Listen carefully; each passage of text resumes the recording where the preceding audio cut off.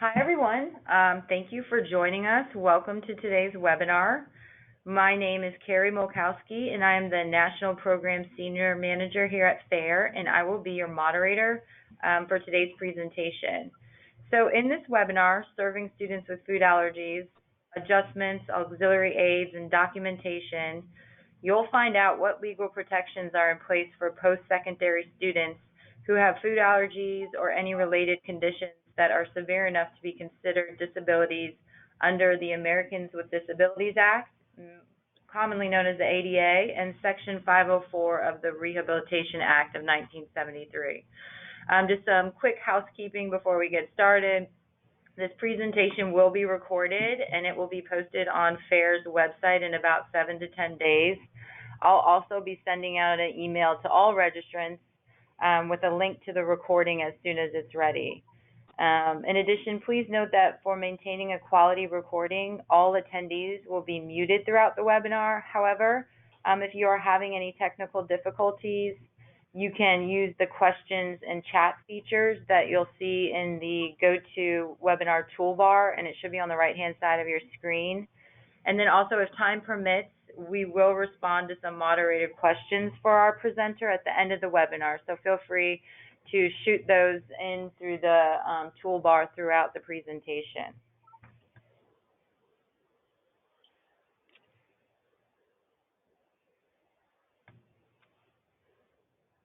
Okay, so I am so excited today to introduce to you today's presenter and actually a really great longtime friend of FAIR, Jim Long.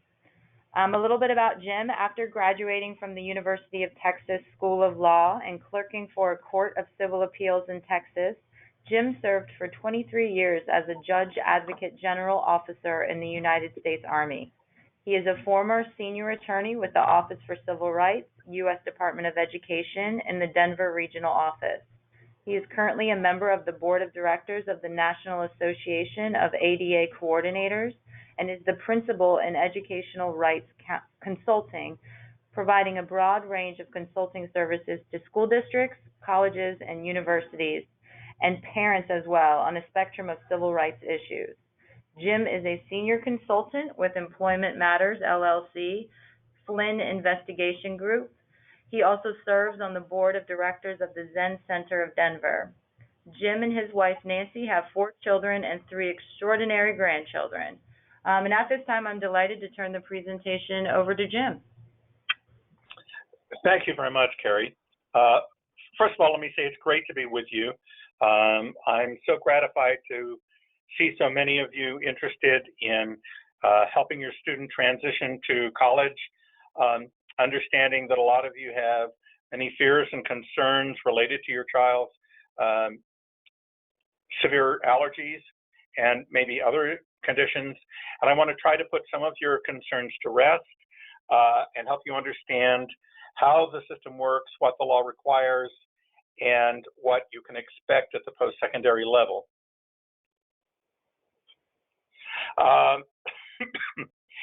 This is just a standard caveat and a request concerning the use and permissions. Once you're able to download a copy of the slides, if you would want to, they're provided only for your personal use. Okay, we'll talk about some basic principles. This is a human right. As it's been said, society is no better than how it treats its most vulnerable person. Pardon me. And those with severe allergies of any kind are among the most vulnerable persons in our society.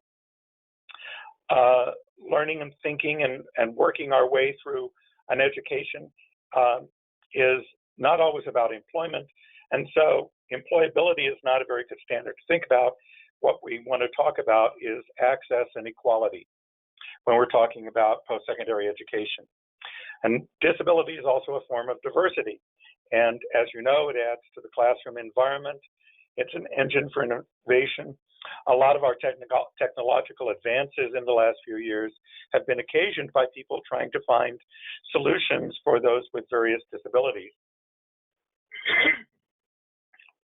Pardon me.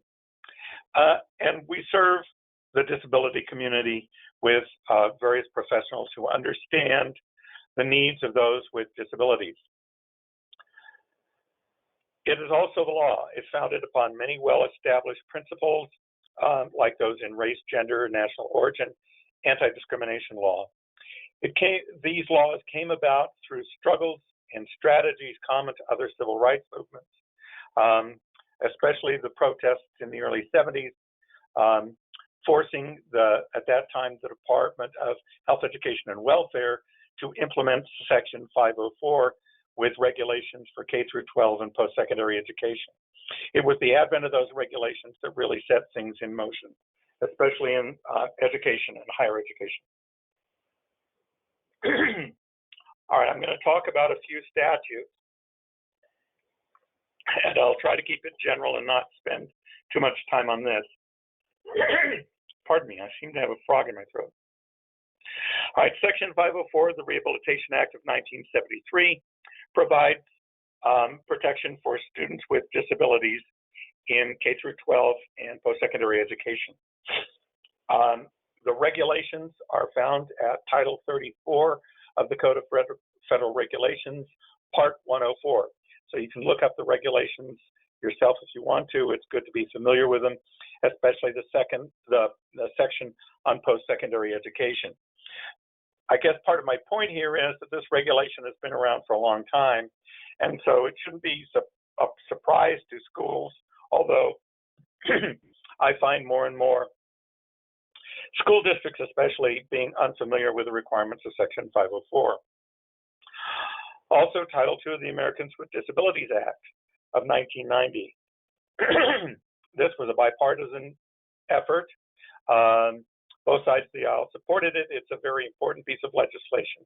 It carries on the anti-discrimination efforts begun in Section 504, but it applies to a broader group of entities.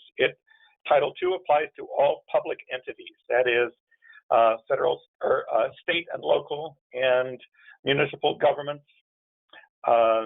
counties, and their facilities and programs, all of their programs. Title I is the title that applies to employment. Title III, that we'll talk about briefly, applies to places of public accommodation.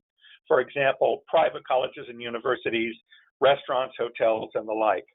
They're private, but they're places of public accommodation under Title III, and some of the regulations apply to them and would apply in the context we're talking about in much the same way as the Title II regulations. The ADA of 2008 is the ADA Amendments Act of 2008, and it's very important in the context we're talking about because it made very clear that certain kinds of conditions, even though they are not persistent, can be considered disabilities if they are episodic or if they are ameliorated by taking of medication. So we look at the condition or the impairment when it's functioning, not when it's not, and not in light of any mitigating measures. And as I said, Title III is somewhat enlightened by the Title II regulations, and I'll talk about that when we get to a couple of the cases that I'll mention. Section 504, this is the language. It's quite simple, really. No otherwise qualified individual with a disability in the United States shall solely by reason of her or his disability be excluded from participation in, be denied the benefits of, or be subjected to discrimination under any program receiving federal financial assistance. Okay, so this would apply to any post-secondary institution receiving federal financial assistance through whatever means might be available to the school, including federal student loans.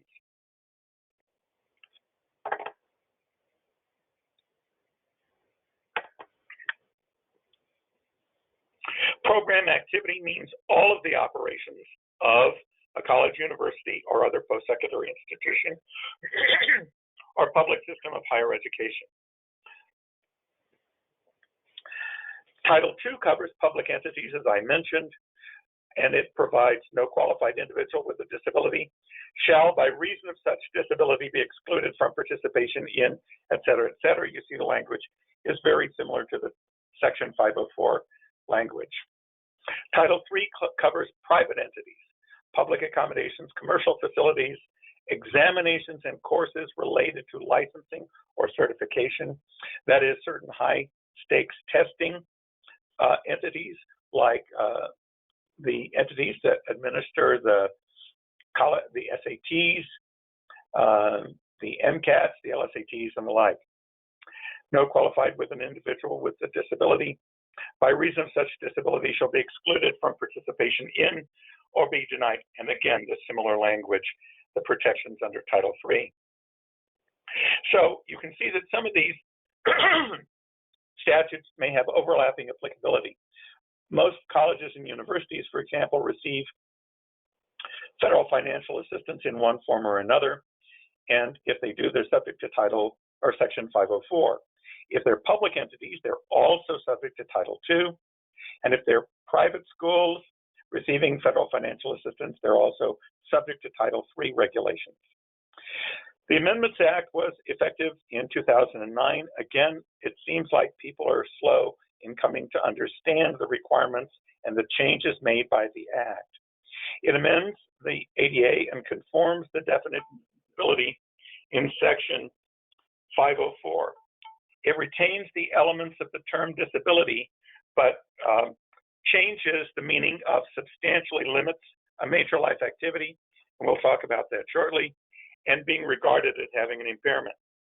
It requires disability to be construed broadly as a term. Well, who is protected? Section 504 and Title III of the ADA and Title II protect any individual, qualified individual, who has a physical or mental impairment that substantially limits a major life activity.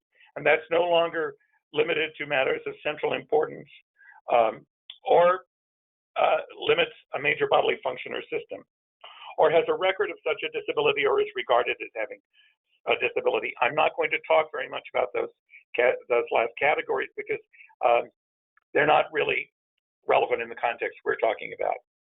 So if we talk about the details, a determination is made without regard to mitigating measures, even self-learned measures. And so we disregard in determining whether someone has a disability that they can take medication to ameliorate the effects of the impairment, self-learned measures. Often that applies in the case of a student with ADA, for example, or ADD. They've learned a lot of measures they can take by themselves, but that doesn't mean that we consider those in determining whether they have a disability. It may be relevant in determining what kinds of accommodations or modifications they need, but it won't be germane to determining whether they have a disability and are entitled to academic adjustments, modifications, or the like. Impairments that are episodic or in remission can still be a disability if it would substantially limit a major life activity when it's active. And so this is very important for students with severe allergies, food allergies or other allergies for that matter, because for the most part, those reactions, the impairment and the limitations are episodic, or in some cases at some point in remission, but it would be substantially limiting if it were active, and therefore can be considered as a disabling condition. The impairment need not substantially limit more than one major life activity. Any impairment that limits one major life activity is sufficient to be considered a disability. Who is qualified? This is very important when we talk about the post-secondary level, because in order to gain the benefits of the statute and the regulations, a student has to be qualified student with a disability. An individual is qualified in that the individual meets the essential prerequisites, academic and technical requirements of the school. So it's not just any person who walks through the door. The student has to meet the technical requirements. And technical requirements can be physical as well as academic. For example, in certain kinds of nursing programs, a student may need to be able to lift 50 pounds to be able to dress, bathe, and turn a patient. And those technical requirements might eliminate some students as a result of their disability, but if they are bona fide technical requirements of the program, they can be considered. And with accommodation, can meet the continuing academic and technical requirements, including the conduct code. This is often important for students with mental or emotional impairments to understand that even if they have a disability, they're still required to meet the requirements of the Student Code of Conduct, and that a disabling condition is not an excuse for not comporting your behavior to the Student Code of Conduct. The accommodation was requested and documented with regard to disability and the functional limitation in accordance with the school's requirements. All the schools have policies and procedures for establishing that a student is a qualified student with a disability. The student is expected to follow those procedures and requirements. Qualified with an accommodation, the student with a disability complies with the code of conduct I mentioned, but the accommodation requested does not represent a direct threat to the health and safety of others. Again, this is not usually an issue with students with severe allergies. Auxiliary aids is the correct term from the regulation for what we commonly call accommodations. Colleges must take such steps as are necessary to ensure that no student with a disability is denied the benefits of, excluded from participation in, or otherwise subjected to discrimination because of the absence of educational auxiliary aids or accommodations for the student. And auxiliary aids also includes modifications to policies, which some schools often don't understand that they may be required to do, and that is provide modifications of their existing policies.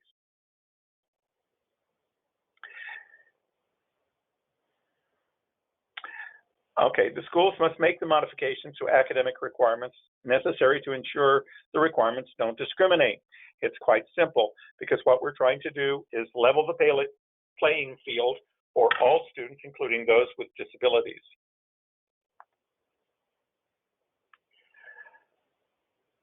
Common examples of modifications are a change in the length of time to complete a program, substitution of courses, adaptation of matter in which courses are conducted. For example, if a student is in a chef's program or a food science program, they may need modifications to the way the courses are taught to ensure that they're not exposed to certain kinds of allergens to which they may be allergic.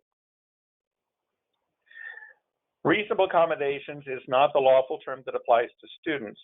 Although it's used all the time, it's in common parlance, even with people teaching about this subject. Academic adjustments and auxiliary aids and services are what we're normally talking about. Reasonable modifications to existing policies and practices are included within academic adjustments. There is, just for your information, no such thing as reverse discrimination on the basis of disability. That is, non-disabled students can't complain that they're being discriminated against because they're not getting academic adjustments that are being provided to students with disabilities. And reasonable accommodation may well require an exception to a long existing written and consistently followed rule or practice. The fact that it's a long existing written or consistently followed rule does not necessarily mean it can't be modified for students with disabilities. And I'll give you a quick example of that from a question I received. This question asks the use of EpiPens in their current use. UCLA uses EpiPens in their dining facility and trains the staff on them in case of an acute allergic reaction. We at UCSD would rather not go this course, as it sets a precedent and liability for doing this and doing it correctly. Okay, well, schools are not required to provide auxiliary aids or services that it could demonstrate would result in a fundamental alteration in the nature of its program or an undue financial burden. But I think it would be hard to argue that providing dining facilities and trained staff with EpiPens would be a fundamental alteration to the nature of a program, especially if other schools do it. I do know of one settlement with a school in which the school was required to have EpiPens available in the dining facilities and have trained staff ready to use them. While I don't think it's necessarily required in all cases, it could end up being required if there were a complaint brought with the Office for Civil Rights or the Department of Justice. Understand that the Department of Justice in higher education enforces Title III.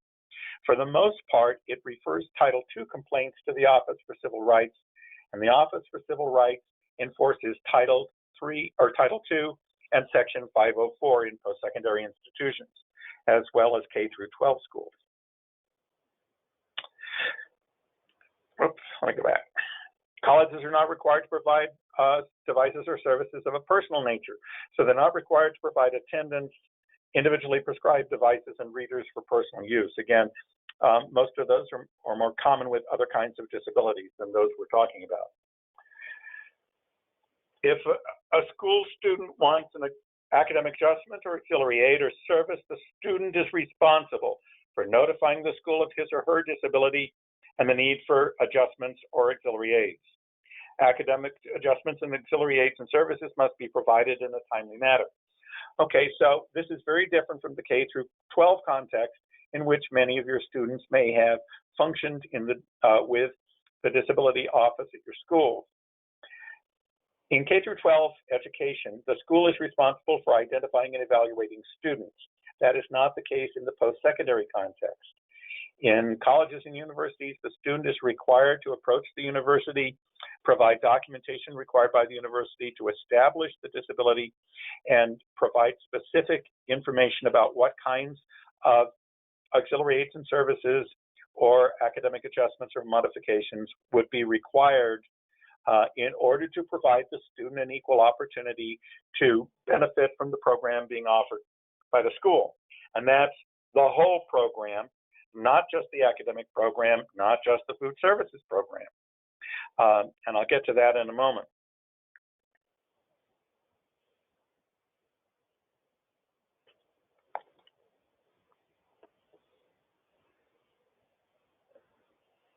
The first thing the school is going to have to determine is whether the student has an impairment that substantially limits a major life activity.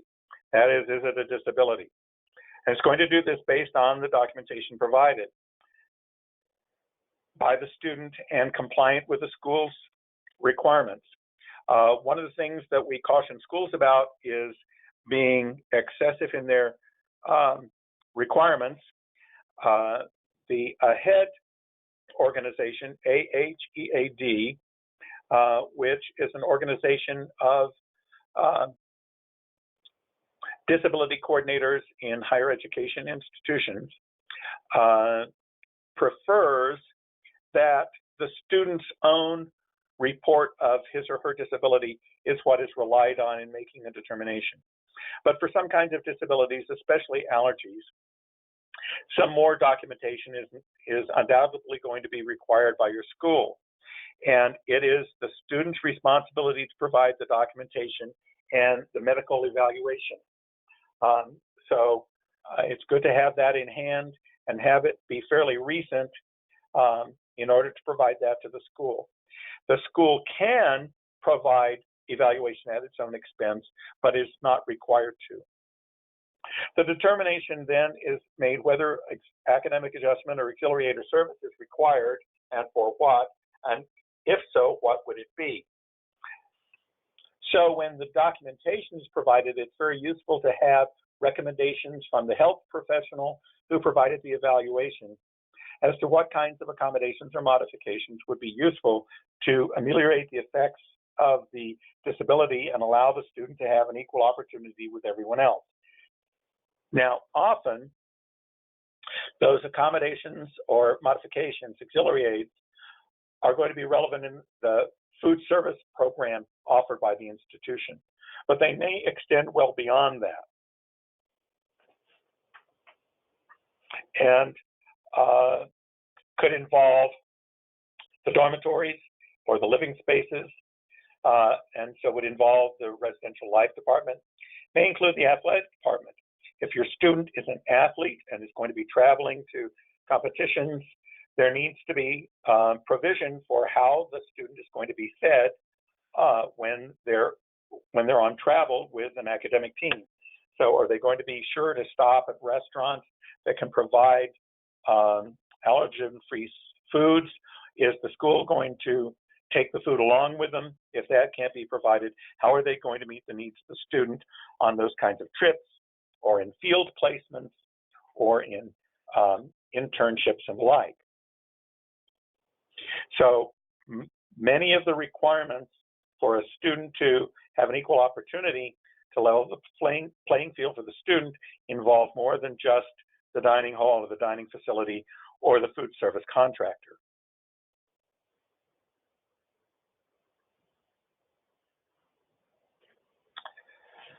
Post-secondary schools may establish reasonable standards for documentation.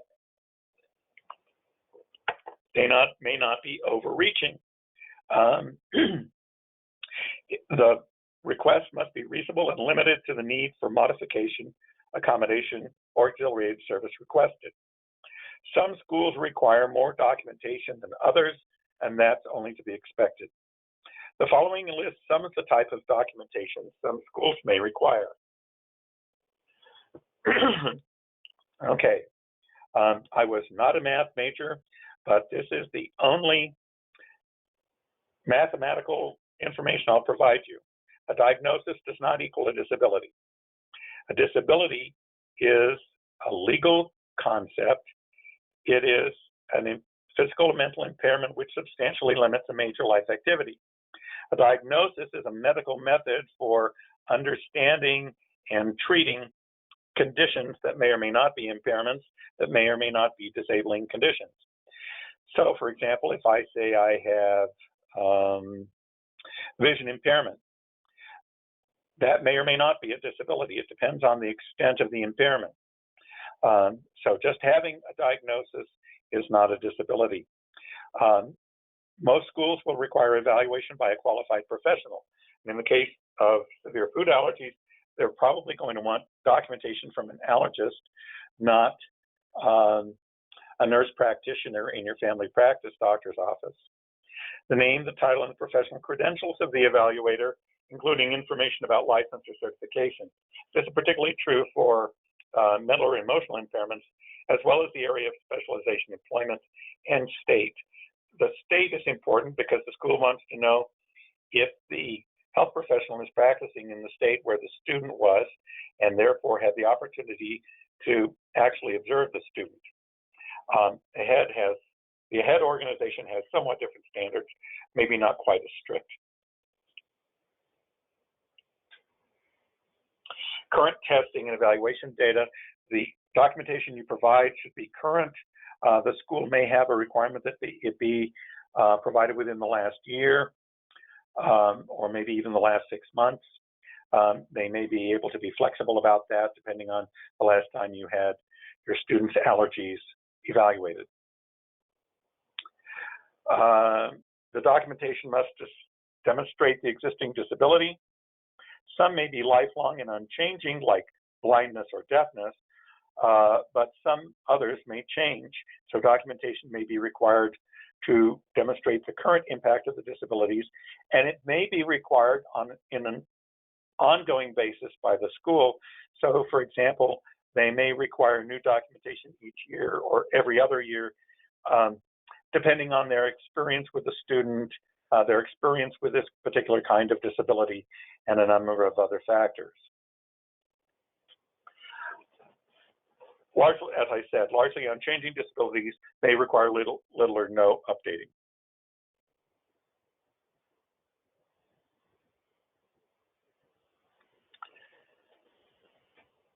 When an applicant's documentation demonstrates a consistent history of a diagnosis of a disability, is prepared by a qualified professional who made an individualized determination of the applicant, there is little need for further inquiry, and generally the entity should grant the requested accommodations. Now, a word about accommodations. The school is not required to provide the accommodation requested as long as it provides an equally effective accommodation. Students should attempt to provide documentation that is current, comprehensive, and complete. That is going to make things much easier. As I mentioned earlier, colleges are not required to conduct or pay for a new evaluation to document a disability. This may mean the student must pay for or find funding to pay an appropriate professional to do it. But the institution may choose to conduct its own evaluation at its own cost. I don't see that often happening in the context of students with severe allergies.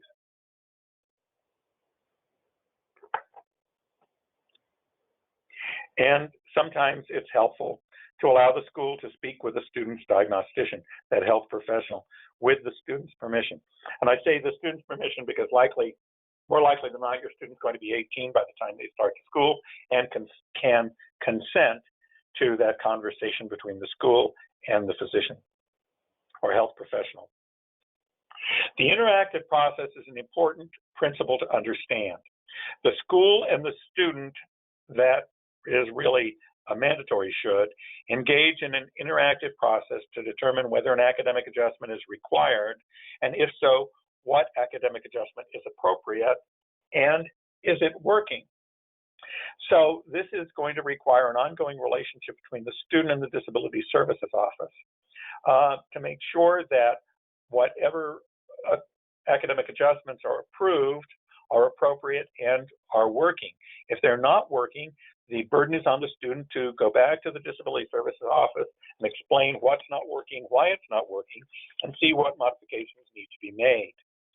The school, similarly, is required to be interactive with the student. And if the student comes to them with a problem, not only should they fix it, but they should keep in touch with the student to ensure that it is fixed and stays fixed. Because there are complaints reviewed by both the Department of Justice and the Office for Civil Rights, in which they find one or the other of the parties did not engage in an interactive process, and so either dismiss the complaint or base a finding of discrimination on the fact that the school failed to interact with the student.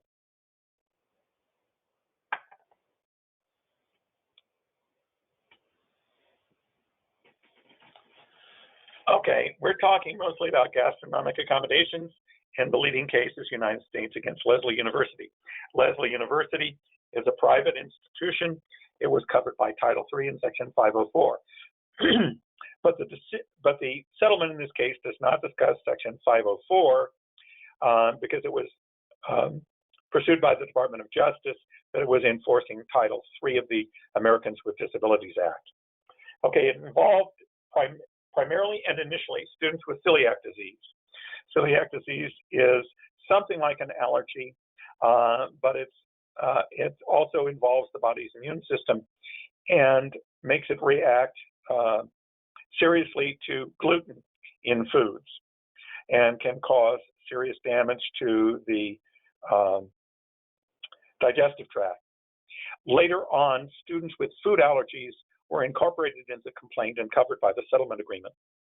Because its meal plan was mandatory for all students living on campus, the ADA required, well, what happened was the students asked for a number of accommodations, primarily being accepted from the school's mandatory meal plan because they couldn't get meals that would satisfy their health needs related to the celiac disease and eventually food allergies. Because its meal plan was mandatory for all students living on campus, the Department of Justice found that the ADA required the university to make reasonable modifications to the plan to accommodate students with celiac disease and other food allergies. This is different from the ADA's obligation for restaurants that serve the general public. And the school wanted to basically feel like they were only required to do what restaurants would have to do. And you can find the Department of Justice questions and answers on the Leslie settlement on the website www.ada.gov, and just search for Lesley University. Okay, students had symptoms that included difficulty swallowing and breathing, asthma, and anaphylaxis. A word here about celiac disease. It's an autoimmune disorder that affects the major life activity of eating and the major bodily functions of the immune, digestive, bowel, and neurological systems. Okay, so that's what we look at. Is it an impairment that affects major life activity or major bodily function? In this case, it was both. It is triggered by the consumption of the protein gluten, and I'm sure a lot of you are familiar with which foods contain gluten. And it could cause permanent damage to the body. The student was put in the hands of the Disabilities Services Office. All students who want accommodation to food services will be referred to DSS. This is part of the settlement. Okay, now I think this is important to see. All students who want accommodations to food services will be referred to the Disabilities Services Office, not to the Food Service Office. And I tend to think that that's important.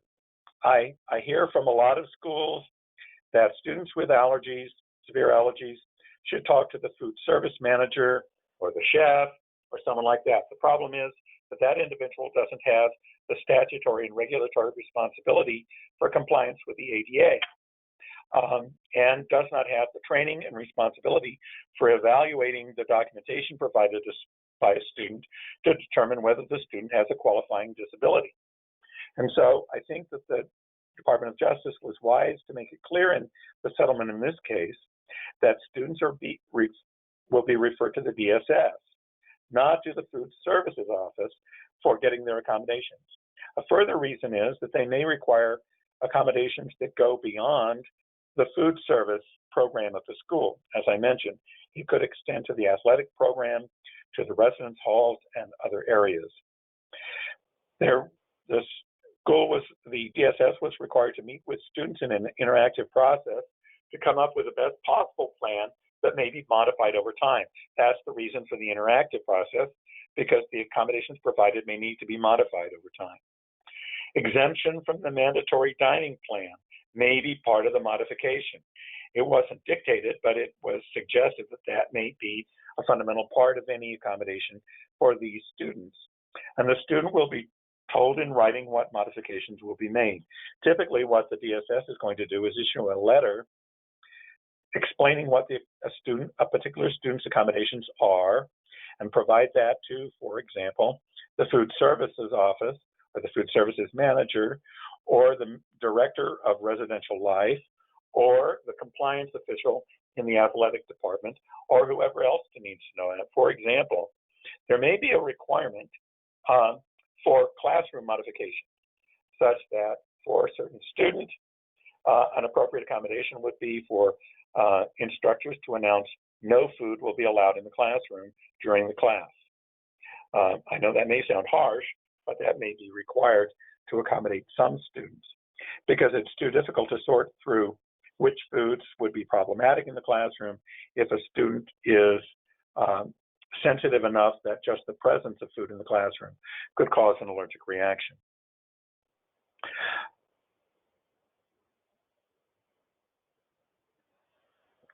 The food service provider will provide meals made without specific allergens.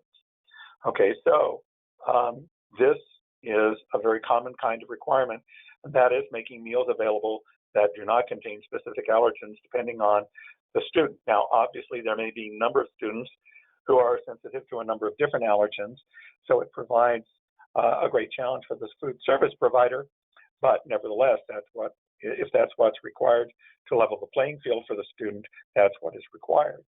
And take reasonable steps to prevent the food from containing specific allergens at issue for the students to the extent possible.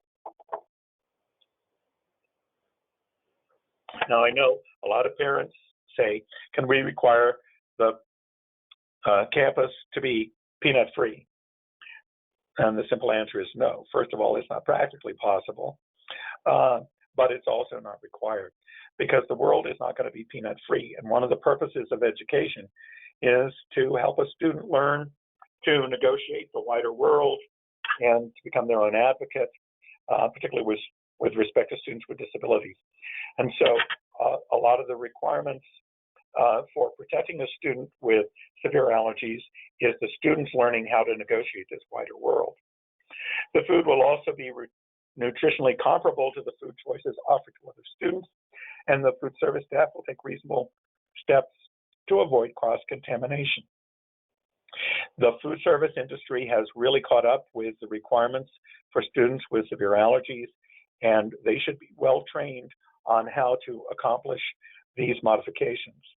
The student may also offer students with food allergies the option to pre-order their meals in a dedicated space to prevent contamination. Again, this is all part of the Leslie University settlement. But what the kinds of things that the Department of Justice would expect to see in response to a student's request for academic adjustments. The university will maintain the dedicated area and ensure that it contains a sink and counter area, dish rack and other kitchen supplies, a refrigerator and freezer for perishable items, cabinet space, separate appliances, food warmer to keep the pre-ordered meals warm. Again, these are all things that school food services programs should be aware of.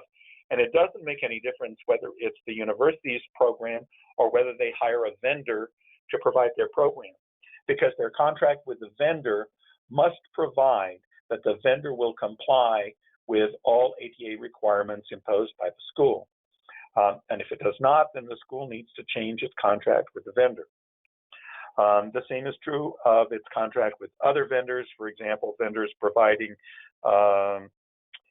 electronic information technology, so that they are only acquiring technology that is accessible to all students, regardless of their impairments. With advance notice, the university will shop for the students. I think that's probably a little bit overreaching, and I'm not sure it could be necessarily required in all cases. But it was required in this settlement agreement. Who's in charge? Obviously, training for the food service managers is of incredible importance on a campus that serves students with food allergies. And the DOJ required the food service managers of this school to attend a safe food handling and food service management class offered by the National Restaurant Association. So that kind of training is easily available. And they must consult with a regional nutritionist if they don't want to hire their own. Annual training for managers concerning the nutritional need of students with food allergies. This is key to success. Now, one of the things that you and I both understand is that a lot of the workers in a food service facility are students who are there on work study or otherwise employed. And there's probably high turnover of those students. Nevertheless, those students will need to be trained too to comply with the requirements of any academic adjustments or modifications.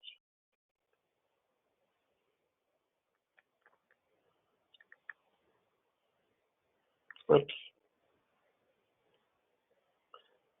And the school must have a grievance procedure.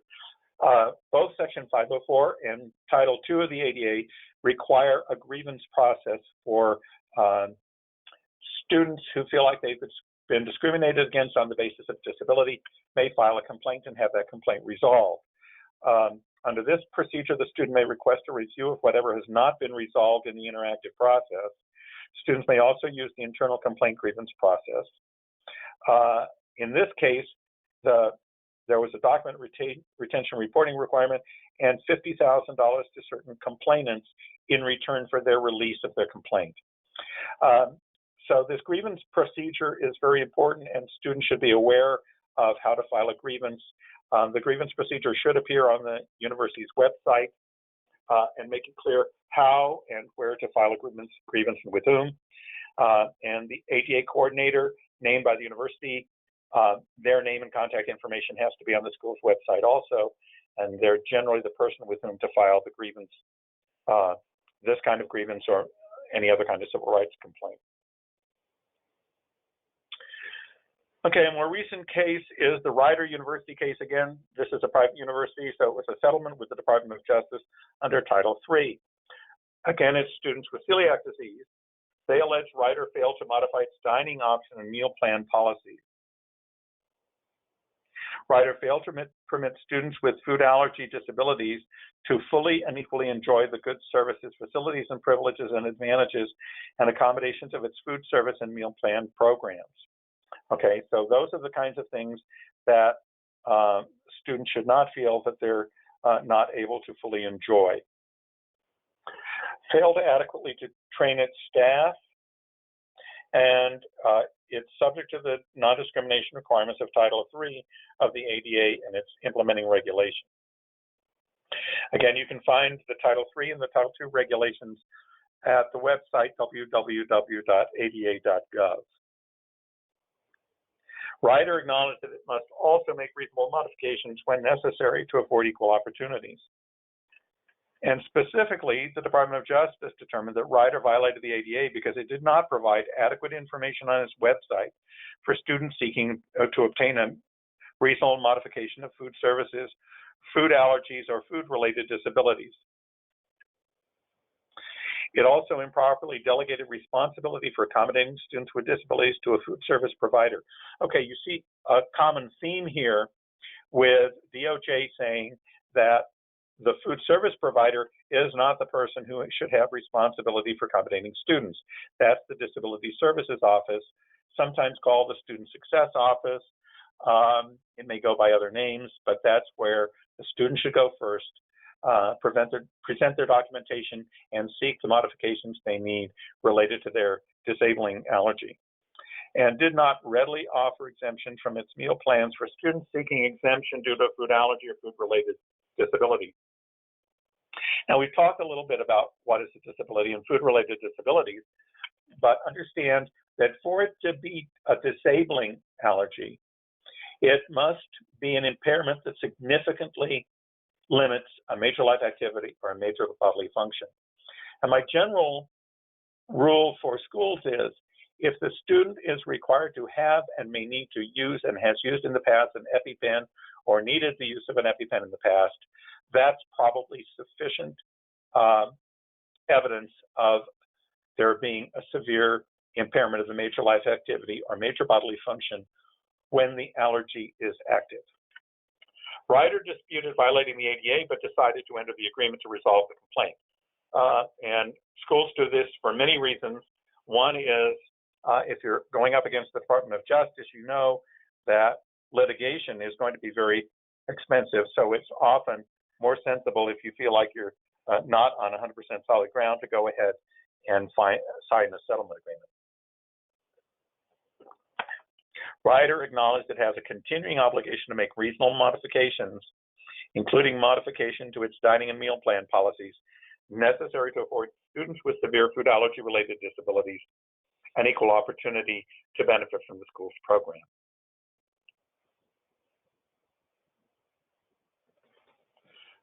It agreed to update its policies and web pages related to food services, and agreed to appoint a single individual to coordinate the university's compliance and to handle all requests. That should be the ADA coordinator required by the Title II, Title III, and Section 504 regulations.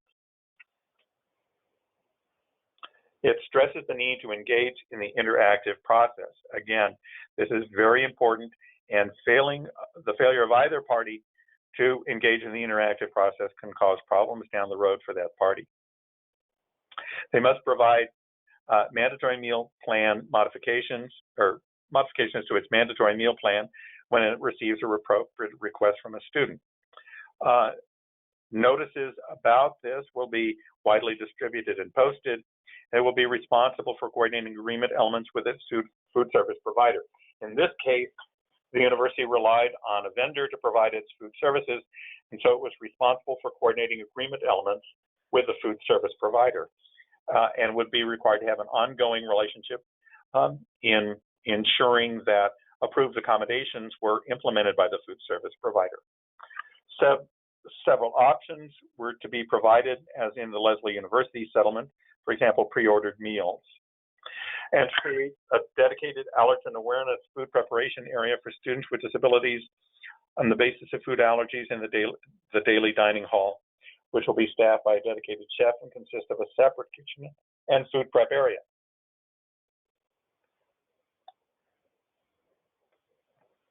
Establish a teaching kitchen for students with disabilities to help them understand how to use the kitchen and take care of the cleanliness and non-contamination requirements for that area. Hire a full-time dietitian to handle helping students develop diet or meal plans. Sometimes the student is not the best person positioned to develop nutritional meal plans, and we all know how college students tend to eat. But the best thing you can do is make sure your student is well prepared for going off to college and understanding what they can eat and what they can't eat, what kinds of places are going to present dangers, things they shouldn't eat or try to eat, or places they shouldn't try to eat in terms of different restaurants.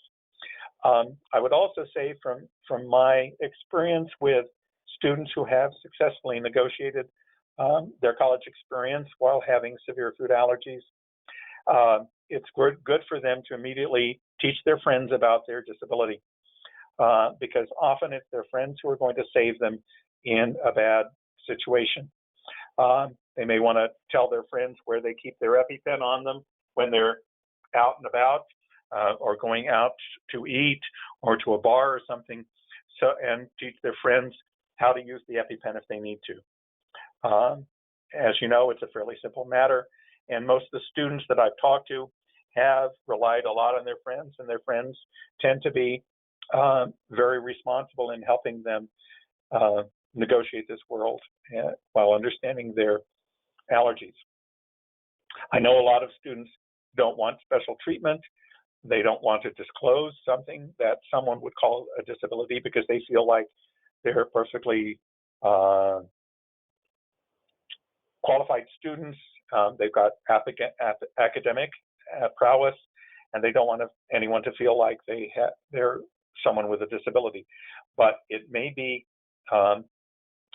especially helpful for them to train their friends to understand their allergy. They don't have to call it a disability, and what is required if they're out eating somewhere or show the beginnings of an anaphylactic reaction. Set up non-contaminated areas for students with food allergy-related disabilities to store, prepare, and cook foods as other students. This raises another one of the questions that we received earlier. Here's the question. If a college has dorms that are more expensive because of accommodations like a fridge, access to a kitchen, etc., does the disability allow the student to avoid the premium cost? Well, first of all, a dorm having a fridge, access to a kitchen, and things like that are not accommodations generally. They're just things that are provided in a particular dormitory. And I think that there may be two answers to this.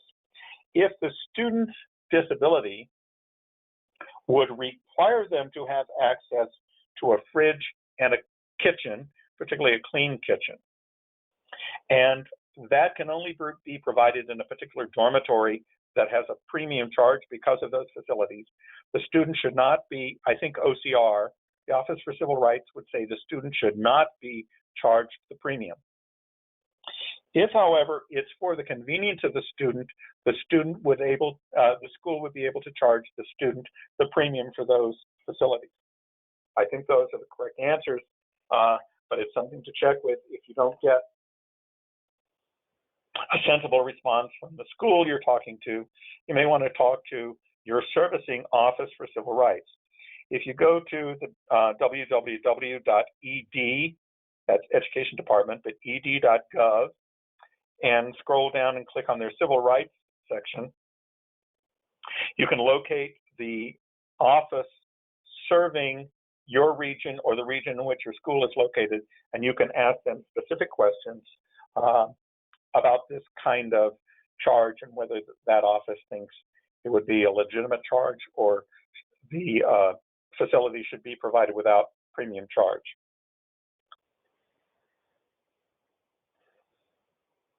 And train food service managers and employees on the elements of the agreement and their additional responsibilities. So you see some themes starting to emerge from the Rider and Lesley University agreements, and similar requirements would be imposed on public schools, state schools, local community colleges, state universities, and the like, because actually I think Title II is a little bit stricter on some of these things. But you see these emerging themes like hiring trained people, providing ongoing regular training for them, areas for students to be able to prepare foods, being able to have nutritionally comparable meals that are allergen-free and the like. And report and repeat food service training twice a year in this case. Always talk first to the school's ADA or Section 504 coordinator. Why? Because they're the ones statutorily responsible for the school's compliance with the ADA. They may delegate some of their responsibilities, as in the food service department, figuring out how to implement approved accommodations, but the ADA Section 504 coordinator is the person to whom you should talk first. Be confident in your request and be clear about the student's disability and the accommodations necessary to provide the student with an equal opportunity. And to the greatest extent possible, allow and encourage the student to do this, and the student to become an advocate for themselves if things are going wrong, and so that they can engage in that interactive process. Be familiar at least with Lesley and Rider University and what the Department of Justice and the Office for Civil Rights expect and would require. I would recommend never having these conversations without your students there, and take steps to be sure your student is better prepared than you are for this experience. FAIR has some wonderful guidelines for managing food allergies in higher education. I provided the website there. There's also comparable information on the Center for Disease Control website, and the topics covered in these pilot guidelines that for the time being are voluntary on the part of schools, a clear process for requesting accommodations. That process should be posted on the school's website. Documentation required to establish an individual's food allergy as a disability, a process for determining accommodations, and the like.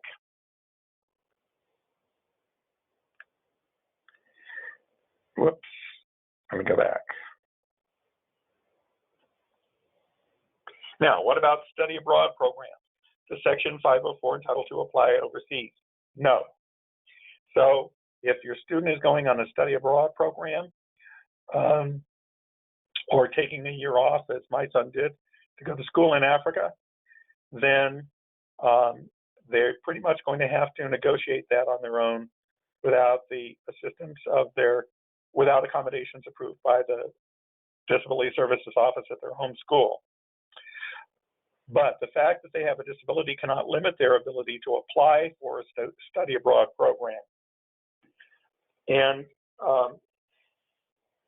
similar rules may not apply in the clinical and field experience and internships. That is to say, the school would be required to ensure that clinical placements, field experiences, and internships provided by the school comply with the approved accommodations instituted by the Disability Services Office. Athletics would be the same thing. Particularly for athletic teams that travel, there may be a need for accommodation and modification, and perhaps advanced preparation of food to take on the trip if that's reasonable or feasible, but there may be a number of ways to resolve that kind of problem. And this is a place for the student to really know what they need and how they can go about getting what they need. There are 4 pillars to understanding this approach to serving students with disabilities: the right to be in higher education if they're qualified, the right to access to all program with substantially equal ease. So, for example, if the food service program allowed students to have food 24/7, then that must be an ease provided for students with severe allergies that constitute disabilities. Eligibility for academic adjustments, reasonable modifications relating to their disabilities, and the right to confidentiality of all disability-related information. What reasonable means when we talk about reasonable accommodations is whatever is necessary to provide an equal opportunity, not what some professor or chef thinks is reasonable, but what is necessary to provide an equal opportunity. So we finished a little bit quicker than I thought we would. So we've got time for some questions. Yeah, thank you, Jim. That was, of course, super informative, and I know I learned a lot, and I know students learned a lot about their rights, as well as parents, and then also I think it was a great perspective for college and universities to know what their responsibilities are under the law. So thank you again. We did get some questions. You actually answered a few as you went along in your presentation, which was pretty neat, but a few others came in, and I'll just kind of start with a couple that were around auxiliary aids or accommodations. And we had one attendee ask, so she asks, if more expensive housing is needed as an auxiliary aid, can the school charge the higher price? Okay, the position that OCR has taken in the past in a slightly different context is that if the extra housing facility is needed because it is necessary in order to provide an equal opportunity for the student, then there can't be an additional charge for that. Now, typically this arises in the context of a student who needs a room to themselves. And the question has been, well, if they need a room to themselves, can they be charged the rate for two people that each person would pay for the room instead of just their half of the dorm room if they need both halves of a double dorm room? And what OCR said in the past was that no, they could not be charged the extra amount. They could only be charged the amount for the single side of the room.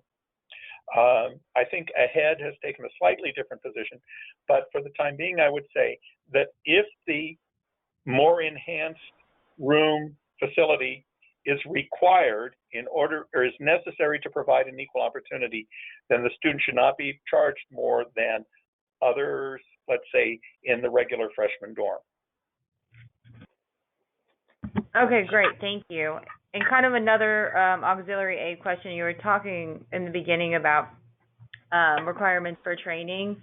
Could a school be required to train an RA to recognize and respond to anaphylaxis? I think that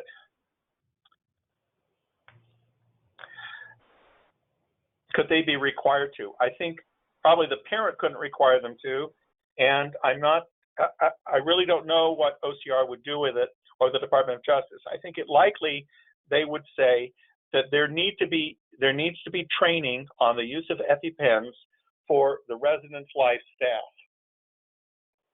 And I think that that's a reasonable request. Now, there are a couple of ways of going about it. One is to provide annual or semi-annual training to everybody in the residence life program, the RAs and the supervisory staff.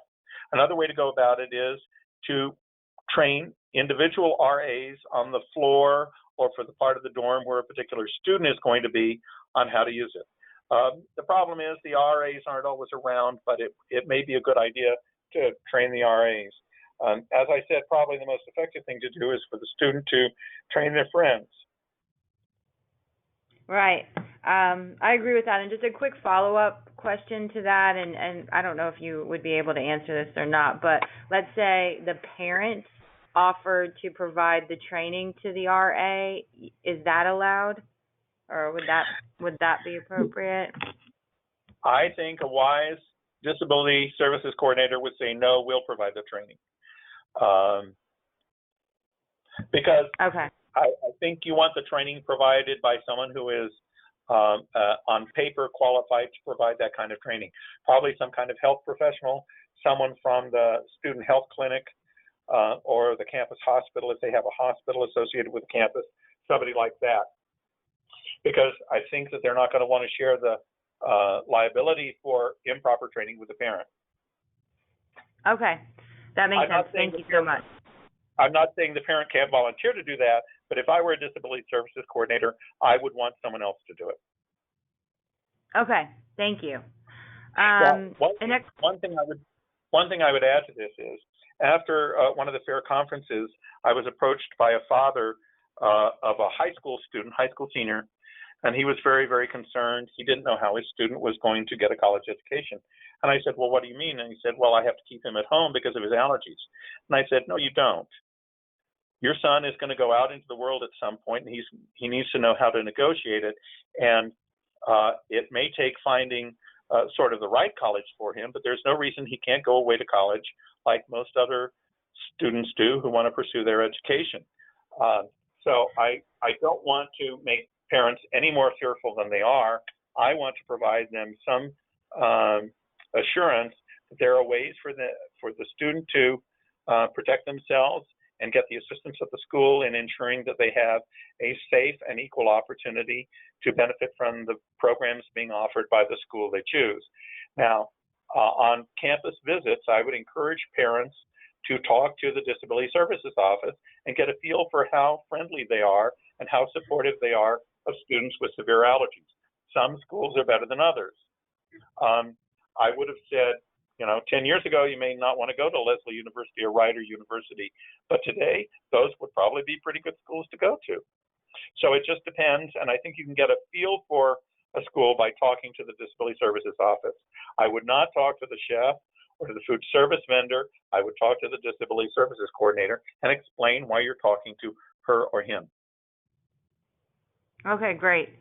And actually, just speaking of Leslie and Ryder, I think I know the answer to this, but I'd love to just ask, and everyone on the call could hear. But a couple of our listeners were asking, basically, does everything that came out of the Ryder and Leslie cases in regards to the settlements, does that apply to every other college or university out there? Well, yes and no. It applies in the sense that it expresses DOJ's understanding of what compliance with their regulations looks like. But also, in these settlements, they can require things and sometimes obtain them that they wouldn't necessarily win in litigation. So it expresses pretty well DOJ's expectations of a school. Let me put it that way. If there were a lawsuit and DOJ had to find it out with the school, would the DOJ win all of this? Maybe not. But the school was sufficiently persuaded of its compliance requirements that it agreed to do all of these things. So I think most of them are pretty close to being, I think you can rely on them as what the DOJ would expect, certainly from a Title III school and no less from a Title II school. Great, thank you. Another question was this: how much of medical documentation falls under HIPAA? For example, can disability services tell dining staff what a student's allergy is? The food service, or the communication between the Disability Service Office and the food service facility needs to be sufficient to ensure that the accommodations that have been approved are provided to the student. Now, if that means disclosing what the student's allergy or allergies is or are, then that's what they should do. But understand that records in the Disability Services Office are not subject to HIPAA. They're not health records, they're educational records. But nevertheless, the school needs to have confidentiality requirements that they follow, and should not provide the Food Services Office or the Food Services Program with any information in excess to what they actually need to implement the approved accommodations. Great, thank you. And we just have, I think, two more questions. So the first one is, for a campus that is providing dining accommodations based on disability, is it legal for dining services to determine whether the food allergy is a disability, or does that need to be handled by the disability services? Well, I hope I've explained why it needs to be handled by the Disability Services Office, because the food service office or officials are not the people who are trained to determine what constitutes a disability. The Disability Services Office personnel are trained to do that, and they're trained on how to read the documentation they've been provided. The food services people aren't. I think it's a mistake to try to push that responsibility off onto the food services people, and I think it has great potential to go bad. But the food services people may only have a small slice of the pie, as I've explained. People in residential life may need to be providing accommodations. The athletic department, if the student is going to be taking any courses in which there's food, or in classrooms where there may be food, the academic departments may be involved. So I think the Disability Services Office is the right office to be making those decisions and approving accommodations. Thank you. Okay, last question. For students who experience contact reactions, might a college need to provide a private room, or perhaps have a say in who their roommates would be? Typically what colleges do is they'll ask students on the initial residence life questionnaire about allergies, and are they willing to live with someone who has allergies, and are they willing to modify their use of the room depending on what allergies their roommate might have. I think that's usually the best way to do it. There may be, I can conceive of students with allergies severe enough that they might need a room to themselves, but I think that would be very uncommon.